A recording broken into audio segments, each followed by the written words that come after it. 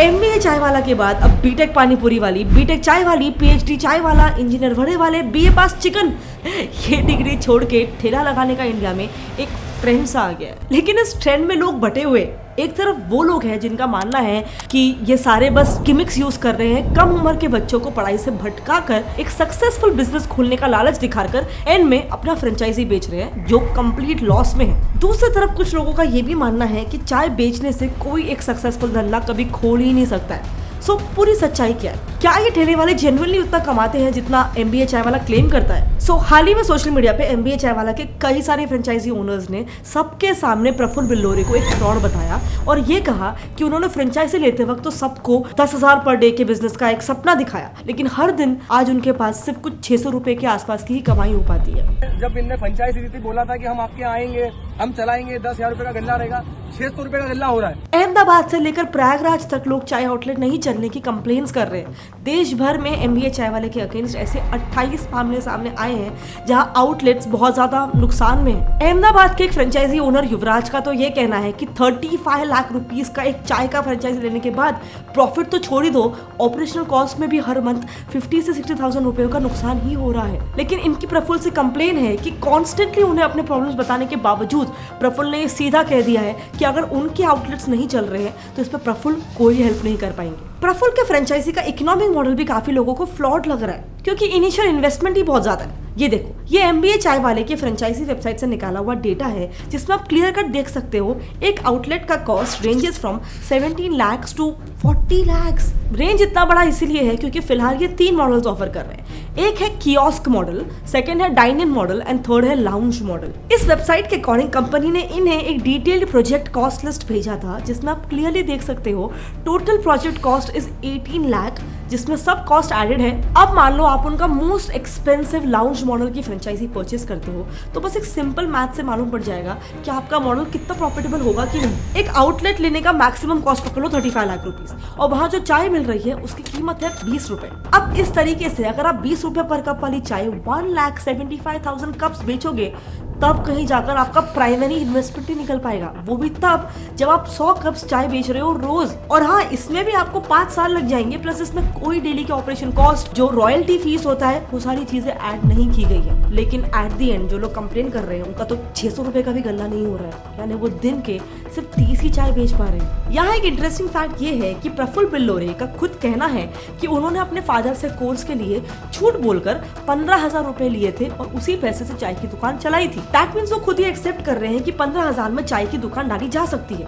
फिर outlet franchise 35 lakh में किस लॉजिक से बेची जा रही है? चलो ये तो मान लो कि एक फैंसी ब्रांड नेम, एक फैंसी ब्रांड फेस के साथ खुला हुआ एक फ्रेंचाइजी टी शॉप है। अब जरा उनके दावे से अलग होकर अगर एक रियल टी शॉप ऑपरेशन का कॉस्ट अगर देखा जाए तो वो कितना होता है, एक नॉर्मल चाय की टपरी वाला कितना कमाता है? मुंबई के वर्ली के एक रोड साइड चाय वाले मिस्टर प्रकाश पटीदर पिछले 30 सालों से चाय की दुकान चला रहे हैं, जिन्हें स्क्रोल न्यूज ने कवर किया था। उनकी डेली की सेल्स होती है 700 से कुछ 800 टी कप्स, जिसके लिए लगता है एवरीडे 35 लीटर दूध, 7 kg sugar, 1.5 kg tea powder and 1 commercial cylinder every alternate day, which amounts to 20,000 rupees per month net profit, वो भी 45K की सैलरीज डिडक्ट करने के बाद। लेकिन व्हाट अबाउट एमबीए चाय वाला स्टॉल क्लेम्स? एक तरफ प्रफुल्ल की सच्चाई और एक तरफ रोड साइड चाय वालों की सच्चाई। Well, to my surprise, Business Insider की इस रिपोर्ट के हिसाब से 45% स्ट्रीट फूड वेंडर्स हर महीने 1 लाख ऑन एन एवरेज कमाते हैं। इस आर्टिकल ने यह भी आइडेंटिफाई किया कि मुंबई के कई सारे जलेबी और पाव भाजी वालों ने 50 करोड़ की प्रॉपर्टीज भी डिक्लेयर की है इनकम टैक्स में। पहले तो सुन के मैं भी बहुत शॉक थी, मैंने बिलीव नहीं किया, लेकिन मुझे लगा कि बिजनेस इनसाइडर का न्यूज है तो जेन्युइन ही होगा। बट एक मिनट, क्या ये आंकड़े जेन्युइनली बहुत ज्यादा आई ओपनिंग नहीं है? Which brings us to the question कि एक चाय टपरी में कोई इन्वेस्ट नहीं करना चाहता, लेकिन एमबीए चाय वाले की फ्रेंचाइजी में उनके पीक टाइम में इतना क्रेज था कि सिर्फ 5 साल में उन्होंने 200 फ्रेंचाइजी सेल कर दी थी। द आंसर इज एमबीए चाय वाले की स्टोरी। देखो, पहले सारे कंडीशंस को एनालाइज करते हैं कि क्यों 2020 के बाद का समय ये ठेले वाला के लिए एक गोल्डन पीरियड की तरह था। डिड यू नो, हिस्टोरिकली ये बात प्रूवन है कि जब जब एक मेगा क्राइसिस ने किसी देश को हिट किया है, उस देश में ऐसे स्ट्रीट या फिर अनऑर्गेनाइज्ड सेक्टर्स, इन शॉर्ट ठेले वालास का हमेशा बूम हुआ ही है। 1977 इमरजेंसी के टाइम ही पहला फूड ट्रक दिल्ली में स्टार्ट हुआ था।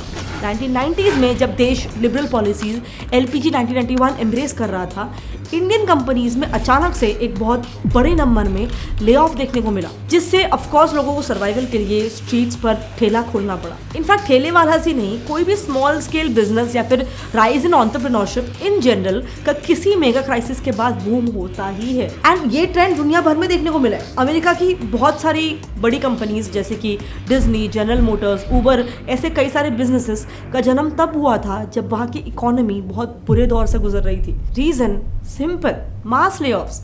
देखो, पहले तो इंडियंस की सैलरी ग्लोबल एवरेज से ऑलरेडी काफी कम है, लेकिन कोविड के बाद से ही अभी 2023 तक भी आप देख सकते हो लेऑफ्स ऑल टाइम हाई पर ही है। इसीलिए पोस्ट कोविड पीरियड में बहुत सारे लोग एंटरप्रेन्योरशिप की तरफ मुड़ने लगे।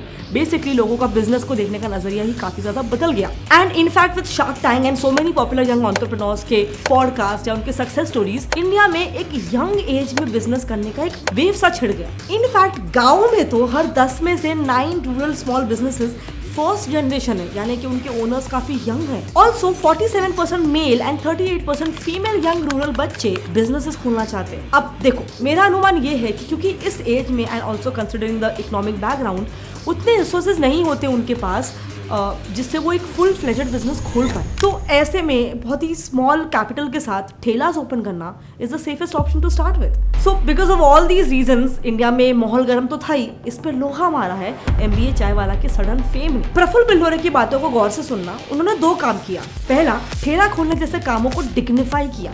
मेरी चाय की दुकान पे हो, मेरे ठेले पे I will give you free chai. और दूसरा, लोगों के सामने इसको भी as a lucrative business option रख दिया। देखो, हम लोगों का 4 से 5 करोड़ का टर्नओवर है। यहाँ तक बात सही है and he should get complete credits for it. लेकिन लोगों को प्रॉब्लम तब होने लग गई जब प्रफुल्ल ने अपनी स्टोरी चलाई। देखो, उनकी लॉन्ग स्टोरी शॉर्ट ये है कि उन्हें एक अच्छे MBA कॉलेज में पढ़ाई करनी थी, लेकिन वो वहाँ सिलेक्ट नहीं हो पाए। उन्होंने मैकडी में तक जॉब किया, लेकिन फाइनली उन्हें रियलाइज हुआ कि उन्हें एक एंटरप्रेन्योर बनना है। उन्हें शुरुआत में ज्यादा पैसे का रिस्क नहीं लेना था, तो उन्होंने महज 15,000 रुपए से एक चाय की टपरी खोली और वहां से आज 5 से 6 साल बाद उनके 200 फ्रेंचाइजी है। अब इससे हुआ ये कि अपने मल्टीपल स्पीचेस, पॉडकास्ट या फिर यूट्यूब वीडियोस में प्रफुल्ल ने डिग्री और फंड्स नहीं होने के बावजूद आप बिजनेस कर सकते हो, ये सेंटिमेंट यूथ में राइज कर दिया। सो जाहिर सी बात है कि लोगों में वो एक जोश तो जाग गया बिजनेस करने का, चाय का। लेकिन अब मुझे बताओ कि जब बात बिजनेस करने की आएगी, अब कौन सा मॉडल चुनोगे? खुद से फ्रॉम स्क्रैच 5 से 6 साल रगड़ के एक बिजनेस खड़ा करना, क्या ऑलरेडी एक सक्सेसफुल बिजनेसमैन के साथ जुड़ना, उसकी फ्रेंचाइजी ले लेना? Of course the second option is more convenient, right? देखो, सेल्स में अक्सर psychology of influence into play आ जाता है।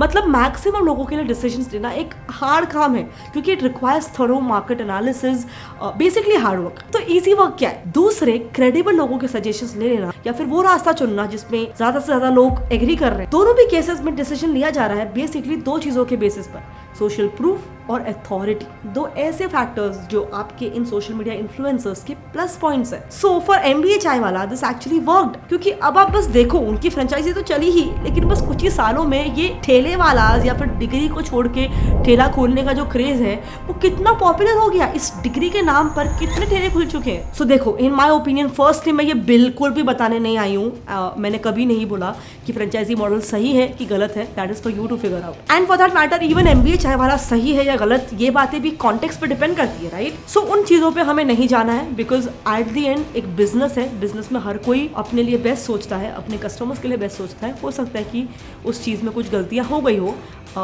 who are we to decide on that? लेकिन इस वीडियो से सीख हमें ये लेनी है कि ये बहुत इंपॉर्टेंट है कि किसी भी मॉडल में हेविली इन्वेस्ट करने से पहले लोकल मार्केट को थरोली रिसर्च करो। कोई भी डॉक्यूमेंट साइन करने के पहले, कॉन्ट्रैक्ट साइन करने के पहले थरोली समझ लो what you are getting into. And of course trends, कोई भी ट्रेंड में कूदने से पहले देख लो कि जेन्युइनली ये ट्रेंड लॉजिक पे बेस्ड है या बस एक मॉब मेंटालिटी पे बेस्ड है। वरना देखो, हम इंडियंस तो होते ही इमोशनल है, जिन्हें मैनिपुलेट करने में ज्यादा टाइम नहीं लगता। But did you know Indians emotional है, ये बात इंडियन मेन के लिए काफी फायदेमंद है, क्योंकि इसी की वजह से कई फॉरेन गर्ल्स देसी मेन को काफी अट्रैक्टिव मानती है। Why foreign girls find Indian main attractive, इस टॉपिक पे हमने डिटेल वीडियो बना रखा है। अगर आप वो देखना चाहते हो तो यहाँ पे लेफ्ट पे क्लिक करके उससे देख सकते हो। मिलते हैं अगले वीडियो में, तब तक के लिए जय हिंद।